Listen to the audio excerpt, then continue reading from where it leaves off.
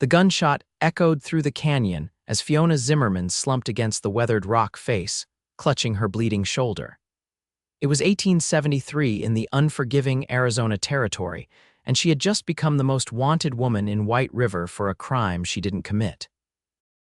Dust swirled around her boots as she frantically tore a strip from her petticoat to bind the wound, her emerald eyes darting nervously toward the sound of approaching hoofbeats. "Easy now," came a deep voice as a tall figure on horseback emerged from the golden haze of sunset. The stranger dismounted with the fluid grace of someone who'd spent his life in the saddle. His face was partially hidden beneath a worn Stetson, but she could see the concern in his eyes as he approached, hands raised to show he meant no harm. "Stay back," Fiona warned, raising her pistol with a trembling hand. "I've had enough men hunting me for one day." The cowboy stopped, keeping a respectful distance. "Name's Thomas Xavier. I'm not hunting anyone, madam. Just heard gunfire and thought someone might need help." He gestured to her shoulder. "Appears I was right."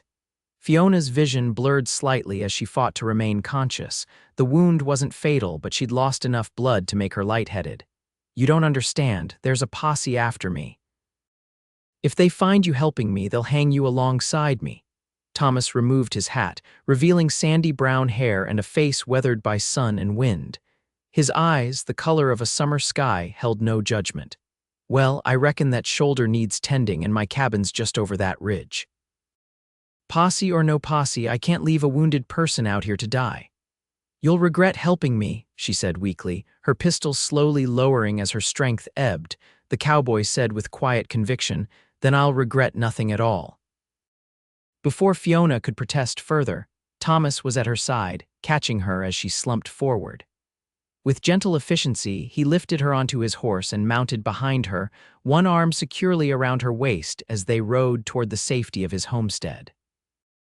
The cabin was modest but solid, nestled against a backdrop of pine trees with a small creek bubbling nearby. Inside, Thomas eased Fiona onto his bed and lit the oil lamp, illuminating a simple but clean interior. Gun in hand, she watched warily as he gathered supplies. "I need to look at that wound," he said, placing a basin of water and clean cloths on the bedside table. Fiona hesitated, then nodded reluctantly. "Fine, but don't try anything foolish." A ghost of a smile crossed Thomas's face. "Madam, my mama raised me better than that." With deft hands, he helped her remove her jacket and examined the wound. The bullet had carved a deep furrow across her upper arm but hadn't lodged inside. "You're lucky," he murmured, cleaning the wound with whiskey. Fiona hissed in pain but didn't cry out. "Lucky isn't the word I'd choose," she replied through gritted teeth. "Not when half the territory thinks I murdered Judge Wilson." Thomas's hands paused briefly, then continued their work. "That was you, the school teacher." Fiona's laugh was bitter. "Former school teacher. I found him dead in his office when I went to discuss the new schoolhouse. Before I could even scream, the sheriff walked in. One look at me standing over the body with blood on my hands from checking for a pulse, and he drew his conclusion. Sheriff Buchanan always was quick to judgment," Thomas commented, wrapping clean bandages around her arm. "But why would anyone think you had cause to kill the judge?" Fiona's eyes darkened. "Because I publicly opposed his ruling that allowed the mining company to seize land from the farmers east of town, including my father's farm." Thomas nodded thoughtfully as he secured the bandage. "I remember that. Whole town was divided. Your daddy was Zachary Zimmerman, wasn't he? Good man." "Was," Fiona confirmed, sadness flashing across her features. "He died last winter. The farm was all I had left."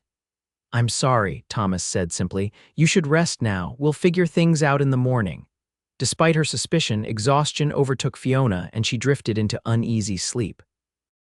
Thomas checked the windows, bolted the door, and settled into a chair with his rifle across his knees, prepared for a long night. Dawn broke with a crimson glow over the mountains. Fiona awoke disoriented, her wound throbbing dully. She found Thomas at his small stove cooking what smelled like bacon and coffee. "How long was I asleep?" she asked, pushing herself to a sitting position. "About 10 hours, he replied, pouring coffee into a tin mug. "Figured you needed it. How's the shoulder?" "Still attached," she said dryly. Accepting the coffee with her good hand, Thomas smiled, the expression transforming his rugged face. That's a start. Hungry, before she could answer, the distant sound of horses made them both freeze. Thomas moved swiftly to the window, peering through a gap in the shutters. Riders, 4 of them, he reported quietly. Could be the posse. Panic flashed across Fiona's face. I told you you'd regret helping me. They'll burn this place to the ground if they find me here. Thomas turned to her with unexpected calmness. There's a cellar trapdoor under that rug. Go down and stay quiet. What about you? She asked, already moving toward the indicated spot. I'm just a simple rancher having breakfast, he said, helping her lift the heavy trapdoor. They've got no reason to suspect anything. Fiona descended into the cool darkness, and Thomas replaced the rug just as pounding fists rattled the cabin door. Xavier, open up, came the sheriff's gruff voice. Thomas straightened his clothing, took a deep breath, and opened the door with a puzzled expression. Sheriff Buchanan, what brings you out this way? The sheriff, a barrel-chested man with a perpetually sour expression, pushed past him into the cabin. 3 deputies followed, hands hovering near their guns. We're tracking a fugitive, Buchanan announced, eyeing the cabin suspiciously. Fiona Zimmerman, murdered Judge Wilson 2 days ago. Seen anyone pass through? Thomas shook his head, moving casually to pour himself more coffee. Can't say that I have. Been too busy with the spring calving to notice much else. The sheriff's eyes narrowed as he scanned the room. Mind if we look around? Be my guest, Thomas replied with a shrug. Though I'd appreciate if you'd let me finish my breakfast while it's hot. The deputies spread out, checking corners and behind furniture. One approached the rug covering the trapdoor, and Thomas felt his heart rate quicken. Just then, a crash came from the back of the cabin as another deputy knocked over a shelf of preserves. Damn it, Johnson, be careful. The sheriff barked, distracted by the commotion. The deputy near the rug moved away, drawn to the noise. After what felt like an eternity, the search concluded. Seems clear, one deputy reported. The sheriff wasn't satisfied. Xavier, you sure you haven't seen anything unusual? Woman riding alone, maybe. She's wounded, probably desperate. Thomas met his gaze steadily. Like I said, Sheriff, been focused on my cattle, but I'll keep an eye out and send word if I see anything suspicious. Buchanan stared hard at Thomas, then finally nodded. See that you do. That woman's dangerous. Killed a respected judge in cold blood. Mighty shocking, Thomas agreed, walking them to the door. Never thought Miss Zimmerman capable of such a thing. Always seemed proper when she was teaching the children. Appearances deceive, the sheriff said darkly. She's facing the noose when we catch her. After the riders departed, Thomas waited until they were well out of sight before lifting the trapdoor. Fiona emerged, pale but composed. Thank you, she said quietly. Not many would risk themselves for a stranger.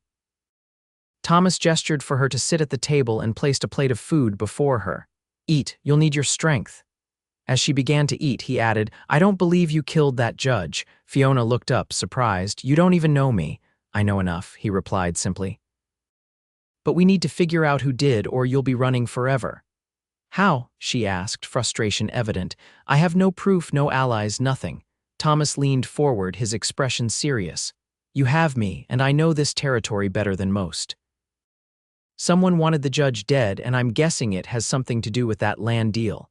Hope flickered briefly in Fiona's eyes before doubt extinguished it. The mining company has powerful friends, and I'm just a schoolteacher. Former schoolteacher, Thomas corrected with a hint of a smile.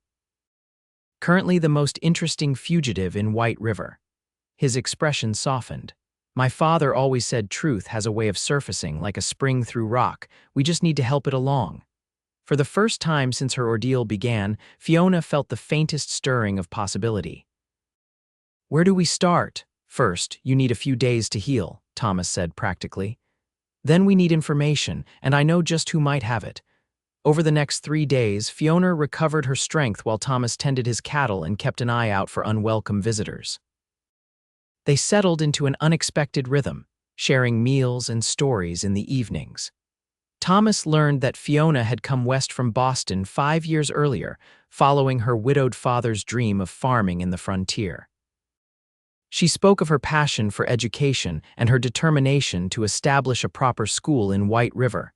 In turn, Fiona discovered that Thomas had been raised on a ranch in Texas before striking out on his own at 19. He'd fought briefly in the war, an experience he was reluctant to discuss, then drifted through various territories before settling in Arizona 3 years ago. "Why here?" she asked one evening as they sat on the porch, watching the sunset paint the mountains gold and purple. Thomas considered the question. Felt right, land was affordable, people minded their own business and the country. He gestured to the panorama before them. "Well, it speaks for itself." "It's beautiful," Fiona agreed. "I used to ride out this way sometimes just to breathe." Thomas glanced at her, noting how the fading light softened her features and highlighted the auburn in her hair. "What will you do if we clear your name?" "When," she corrected with newfound determination, "when we clear my name, I'll rebuild. The school needs a teacher and the children shouldn't suffer because of adult corruption." Thomas nodded, admiration evident in his gaze. "Well then, Miss Zimmerman, I believe we should make plans. Tomorrow we ride to visit an old friend of mine." The following morning, Thomas saddled 2 horses. He provided Fiona with a hat, a man's shirt, and a vest to disguise her appearance. With her hair tucked up and her feminine features partially obscured, she could pass for a young man at a distance. "Who is this friend?" Fiona asked as they rode east, following a little-used trail through the foothills. "Franklin Townsend.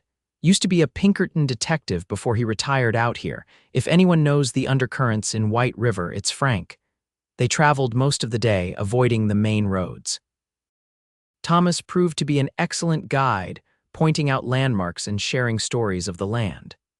Despite the circumstances, Fiona found herself enjoying the journey and her companion's easy company. By late afternoon, they approached a small homestead nestled in a protected valley. Smoke curled from the chimney and a dog barked an alert as they neared. "That's Brutus," Thomas explained. "Frank's warning system." The door opened before they reached it, revealing a lean man with silver hair and sharp eyes. He held a shotgun casually at his side. "Thomas Xavier," the man called. "Been a while." "Hello, Frank," Thomas replied, dismounting. "Hope we're not imposing." The older man's gaze shifted to Fiona. "Depends on who your friend is and what kind of trouble follows." "The kind that needs your particular expertise," Thomas said meaningfully. Frank studied them for a long moment, then stepped back from the doorway. "Well, come on in then." Brutus quiet. Inside, the cabin was surprisingly comfortable, lined with bookshelves and furnished with well-worn but quality pieces. After introductions and a brief explanation, Frank whistled low. "Judge Wilson's murder. That's a hornet's nest you're poking." He turned his penetrating gaze on Fiona. "Why would someone want to frame you specifically?" "I don't know," she admitted. "I was vocal about the land ruling, but so were many others." Frank poured 3 mugs of coffee, adding a splash of whiskey to his own. "Let's start with the facts. Who benefited most from Wilson's death?" "The mining company, I suppose," Fiona said thoughtfully. "With Wilson gone, there's no one to oversee the terms of the land acquisition. They can interpret the contract however they want." "Who runs the mining operation?" Frank asked, leaning forward. "Officially, it's the Arizona Consolidated Mining Company," Thomas supplied. "But locally, it's managed by Edgar Crawford." Frank's expression darkened. "Crawford, now there's a name with history." At their questioning looks, he explained, "Back in my Pinkerton days, we investigated several mining operations with suspicious accidents.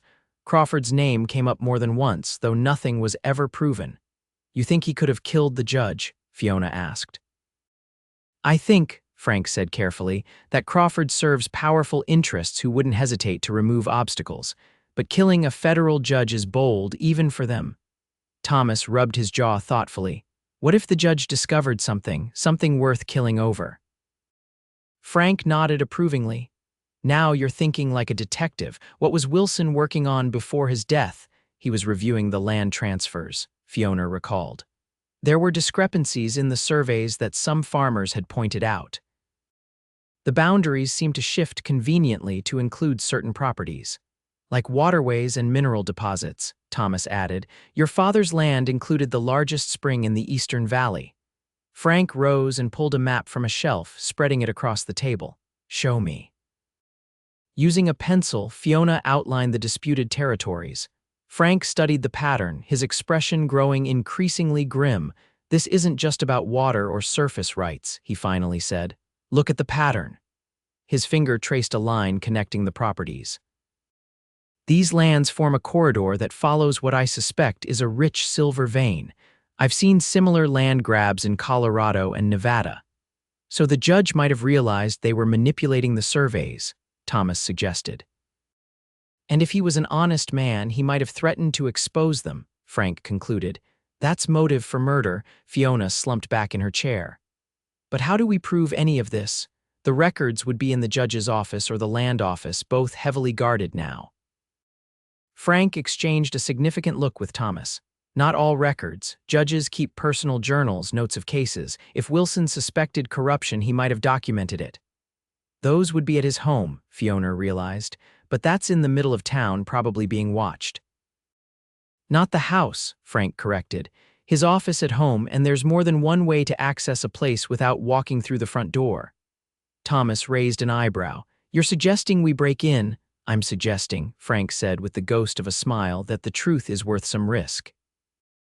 And that I might know the layout of Wilson's property better than most, having helped design some security measures for the previous owner." They spent the evening planning.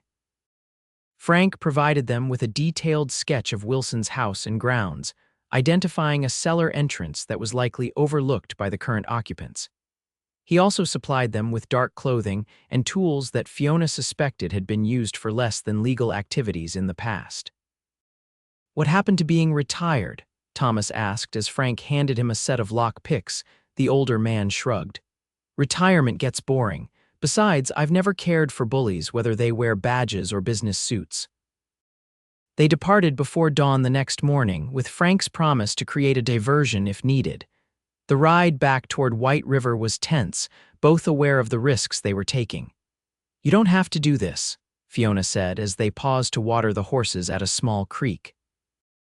"You've already risked enough for me." Thomas looked at her, his expression unreadable in the dappled shade. "Miss Zimmerman, I made my choice the moment I found you in that canyon. I'm seeing this through." Something in his tone made Fiona's heart beat faster. "Why, you barely know me." "I know enough," he said simply, echoing his earlier words. Then, with a gentleness that caught her off guard, he added, "And what I know, I admire." Before Fiona could respond, he was back on his horse, adjusting his hat. "We should reach town by nightfall, best to rest while we can." They approached White River after sunset, leaving the horses hidden in a grove outside town. Moving cautiously through back alleys, they made their way to Judge Wilson's residence, a substantial two-story house on the eastern edge of town. As Frank had predicted, there was no guard at the property. The town's limited law enforcement was focused on the manhunt for Fiona, not protecting a dead man's possessions. Still, they waited, watching the house until the lights inside dimmed and the widow's silhouette disappeared from the upper floor. "Now," Thomas whispered, leading the way through the garden to the cellar doors Frank had described. The padlock yielded to his careful manipulation, and they slipped inside, closing the doors silently behind them.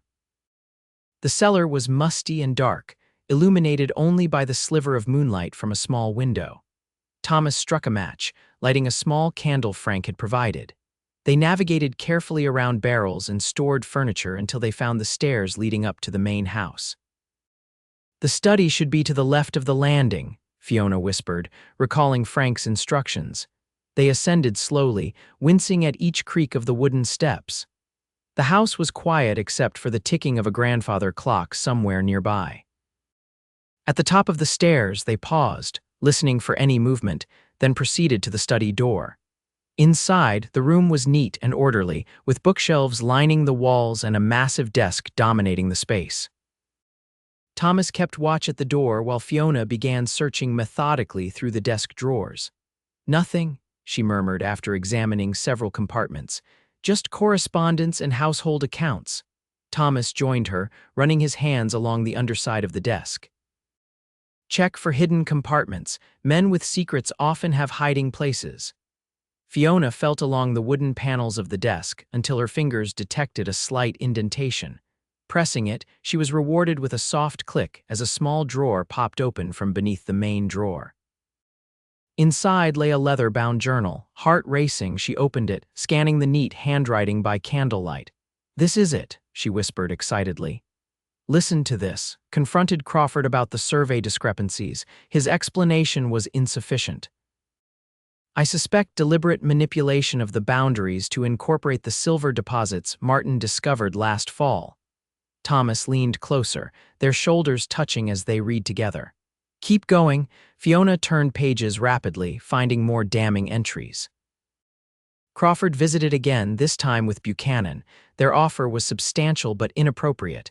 "I refused and warned them I would be reviewing all the land transfers personally." Buchanan seemed concerned, Crawford merely amused. She looked up at Thomas. "The sheriff is involved."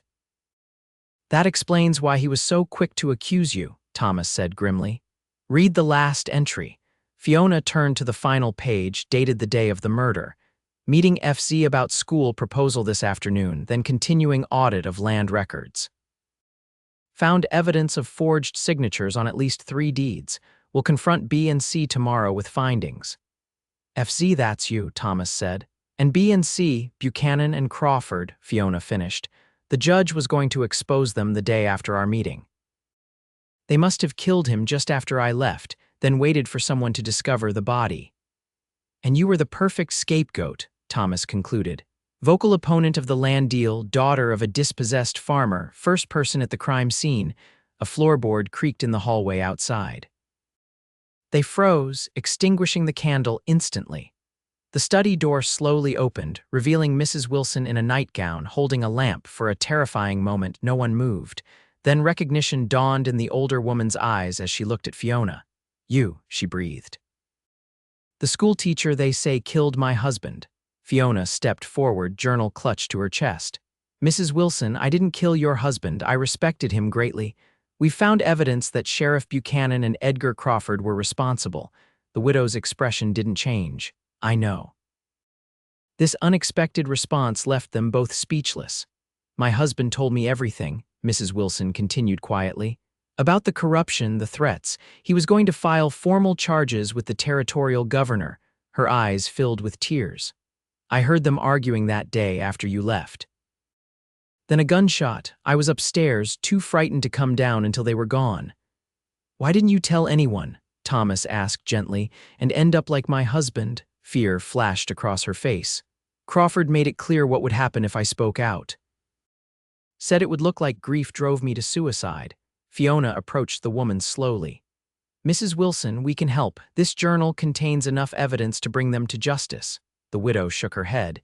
"You'll never make it out of town. Buchanan has men everywhere." "We have to try," Thomas said firmly. "Your husband deserves justice and Miss Zimmerman deserves her life back." A noise from outside caught their attention, horses approaching. Mrs. Wilson hurried to the window. "It's the sheriff," she whispered urgently. "Someone must have seen you." Thomas grabbed Fiona's arm. "We need to go now." "Take the servants' stairs," Mrs. Wilson directed, pointing to a small door partially hidden by a bookshelf. "They lead to the kitchen. There's a door to the garden from there." "Come with us," Fiona urged. "You're not safe here." The older woman hesitated, then nodded. "Let me grab a few things."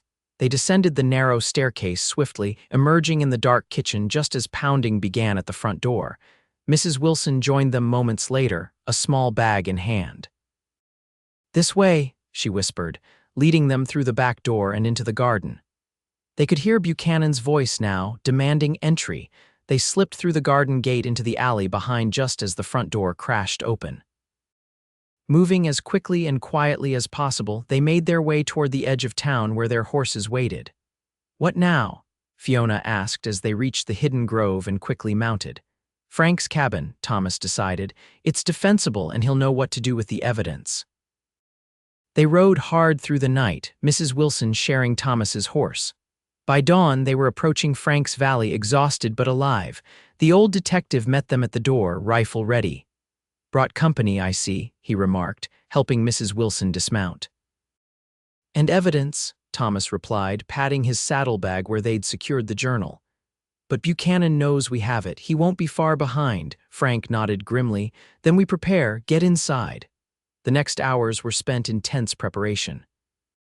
Frank's cabin, it turned out, was designed with defense in mind, with shuttered windows offering protected firing positions and multiple escape routes. The old detective possessed an impressive arsenal, which he distributed among them. "Mrs. Wilson, have you ever fired a gun?" Frank asked as he laid out weapons on the table. "My husband taught me," she replied with surprising steadiness. After the threats began, "Good, take this." He handed her a revolver. "Only if necessary, but it's best to be prepared." To Fiona, he gave a shotgun. "Easier to aim when you're tired or nervous. Just point and pull." As predicted, riders approached around midday. 6 men, led by Buchanan and Crawford. They stopped at the edge of the clearing, just out of effective rifle range. "They're being cautious," Frank observed from the window. "They know this isn't a simple capture anymore." "Xavier," Buchanan's voice carried across the distance. "We know you're harboring fugitives. Send them out now, and maybe you'll avoid the noose." "Not much of a negotiator, is he?" Frank muttered. Thomas moved to the door. "Let me handle this." Before anyone could object, he stepped onto the porch, keeping to the side for protection. "What's the charge, Sheriff?" he called back. "Murder, theft of evidence, kidnapping Mrs. Wilson," Buchanan listed. "Surrender now. Funny thing about evidence," Thomas replied. "Judge Wilson kept detailed records of your corruption. Mrs. Wilson witnessed your argument with him the day he died, and we've already sent copies to the territorial governor." This last part was a bluff. They hadn't had time to duplicate the journal, but the reaction was immediate. Crawford leaned over to speak urgently to Buchanan, whose face darkened visibly even at a distance. "They're deciding whether to kill us all and destroy the evidence," Frank said calmly, "or cut their losses and run." "They'll attack," Mrs. Wilson predicted. "Men like that don't surrender power willingly." She was proven right moments later when the riders spread out, seeking better positions. "Get away from the windows," Frank ordered. Gunfire erupted, bullets splintering the shutters and thudding into the log walls. Everyone dropped to the floor as the barrage continued. "They're trying to pin us down while they move closer," Frank explained during a lull.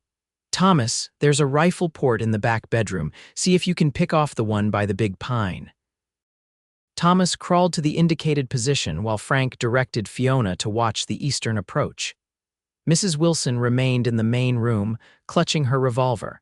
The firefight continued sporadically through the afternoon.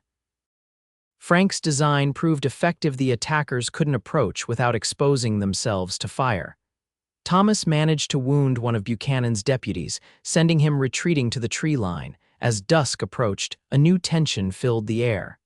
"They'll rush us after dark," Frank predicted grimly. "We've held them off, but they have numbers."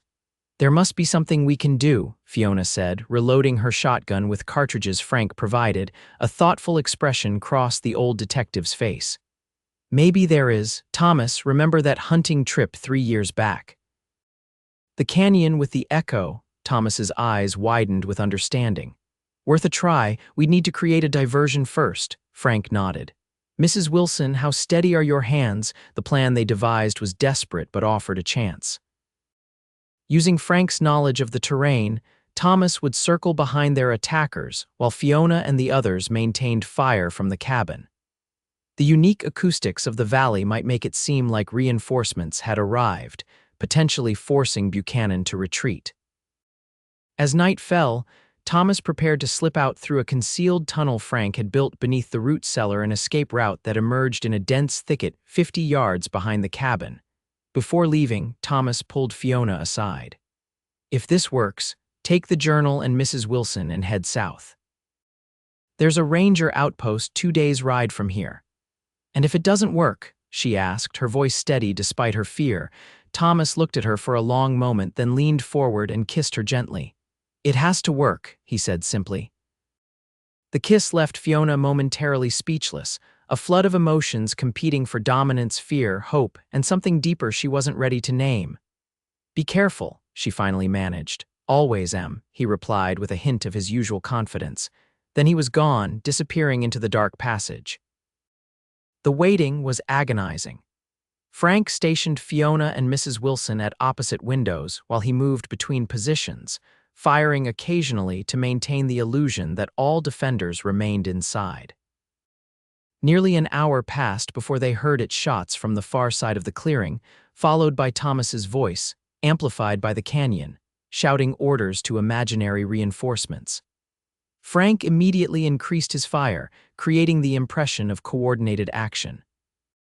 The ruse worked better than they dared hope. Confusion spread among the attackers as they tried to determine the size of the new threat. More shots rang out, coming from different directions as Thomas changed positions. "Buchanan," Frank bellowed from the cabin.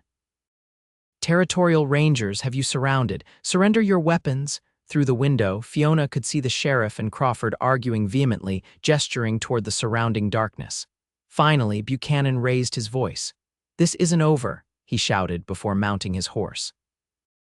The remaining attackers followed suit, retreating rapidly into the night. Frank waited until they were well away before allowing himself a grim smile. "That bought us time, but they'll be back once they realize the trick." Thomas returned 20 minutes later, slipping through the front door with a tired grin. "Worked like a charm. They're headed back to town, probably to gather more men. Then we need to move quickly," Frank decided. "The journal needs to reach the territorial capital, and you three need to disappear until this is resolved." By midnight, they were on the trail again, this time heading west toward a line cabin Frank maintained in the mountains. The old detective would take a different route to Prescott with the journal, while the others would hide until it was safe to return. "I've provisioned the cabin for winter emergencies," Frank explained as they parted ways. "You'll have enough supplies for at least a month." "A month in isolation," Mrs. Wilson murmured. "After what's happened, it sounds peaceful." The journey to the line cabin took 2 days of careful travel through increasingly rugged terrain. Thomas proved an expert guide, finding hidden trails and safe camping spots. During those days, Fiona found herself watching him with new awareness, remembering the brief kiss and wondering what it meant. The cabin itself was smaller than Frank's main residence but solid and well-stocked. A stream provided fresh water, and thick pine forests offered concealment. It was, as Mrs. Wilson had suggested, peaceful, a stark contrast to the violence they'd fled. They settled into a cautious routine. Mrs. Wilson, displaying unexpected resilience, took charge of the domestic arrangements. Thomas hunted and maintained a careful watch for pursuers.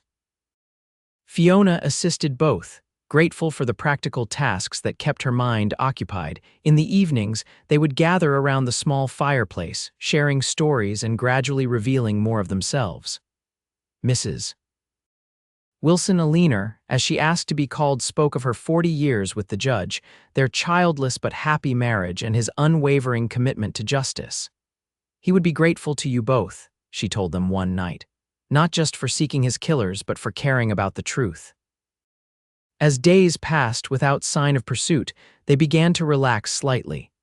Thomas and Fiona often walked together in the surrounding forest, ostensibly gathering firewood but increasingly seeking each other's company. "You miss your ranch?" Fiona asked during one such walk, 2 weeks into their hiding. Thomas considered the question. "The cattle need attention, but Frank will have arranged for a neighbor to check on them." He glanced at her. "I find I'm not as concerned about it as I might have expected." "Because of the circumstances. Because of the company," he replied quietly. Fiona felt warmth spread through her despite the cool mountain air. "Even though I've brought nothing but trouble to your door," Thomas stopped walking, turning to face her. "Fiona," he said, using her given name for the first time, "meeting you may have complicated my life in ways I never anticipated, but I wouldn't change it." "Even when I warned you that you'd regret helping me?" she asked, trying to keep her tone light despite the intensity of his gaze. "I meant what I said then," he answered, stepping closer. "I regret nothing at all, especially not this."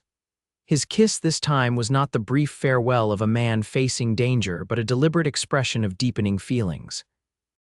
Fiona responded without hesitation, her arms encircling his neck as the bundle of kindling she'd been carrying dropped forgotten to the forest floor. When they finally separated, Thomas rested his forehead against hers. "I know the timing is terrible," he said ruefully, "with us being fugitives and all." Fiona laughed softly. "I think we're past worrying about conventional timing, Mr. Xavier. Their relationship blossomed in the strange sanctuary of their exile. Eleanor observed with quiet approval, occasionally sharing knowing smiles with Fiona when Thomas wasn't looking. "Life doesn't wait for convenient moments," the older woman told Fiona one afternoon as they prepared dinner. "James and I married 3 days after meeting. Everyone said we were foolish, but we had 57 years together." Nearly a month passed before Frank finally arrived, bringing news that vindicated their actions and justified their hope. The territorial governor, presented with Wilson's journal and additional evidence Frank had gathered, had ordered the arrest of Buchanan, Crawford, and several associates. "The mining company is trying to distance itself from Crawford, claiming ignorance of his methods," Frank reported as they gathered around the table. "But the land transfers are being invalidated, and the farmers will have their properties restored. And the murder charges against me." Fiona asked, dropped entirely. "In fact, the governor commended your courage in seeking justice." Frank smiled. "You're free to return to White River, though I suspect some faces there won't welcome you warmly."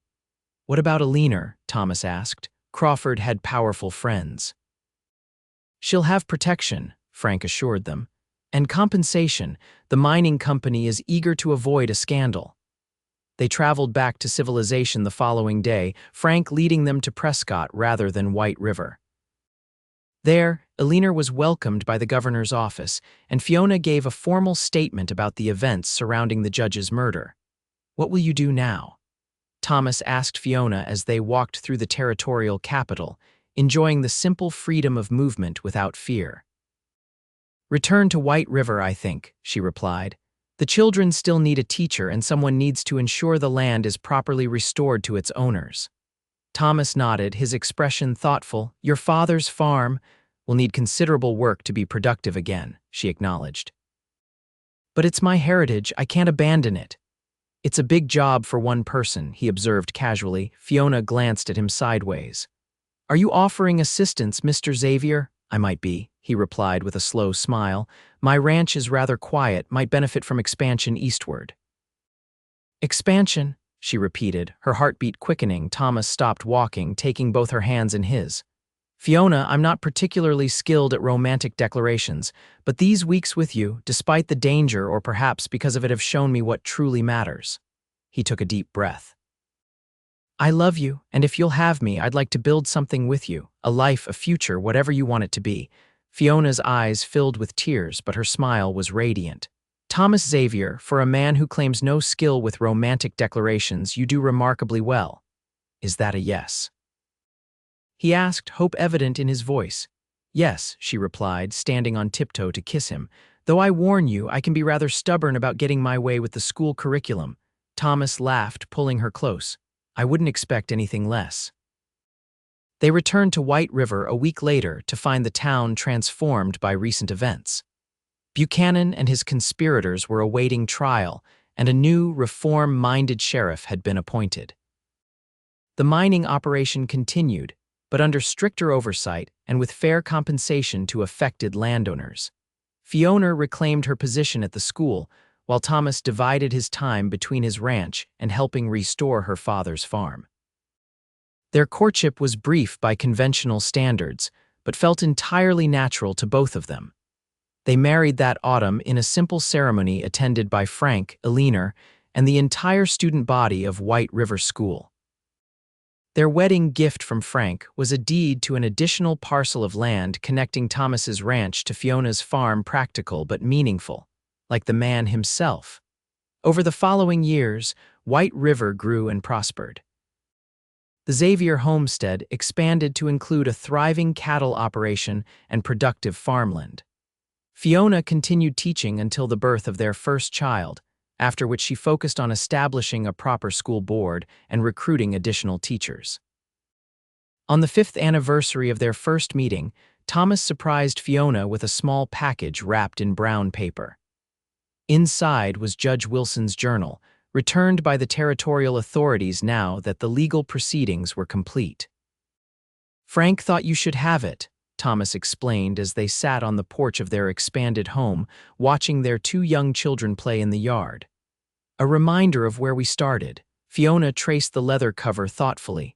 Sometimes I can hardly believe everything that happened. How different things might have been if you hadn't found me that day. Thomas took her hand, his thumb brushing over her wedding ring. I've thought about that too. What if I'd taken a different trail? What if I'd listened when you warned me I'd regret helping you? Do you?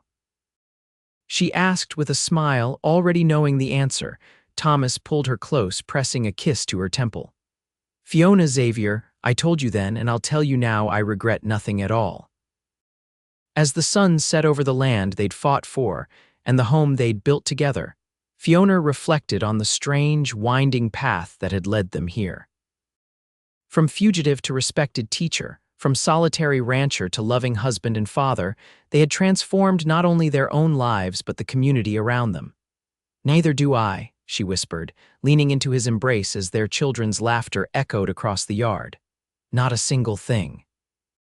And in that moment, with the past honored but not defining them, and the future stretching bright before them, Fiona knew that their story, born in danger but flourishing in love, would be told in White River for generations to come.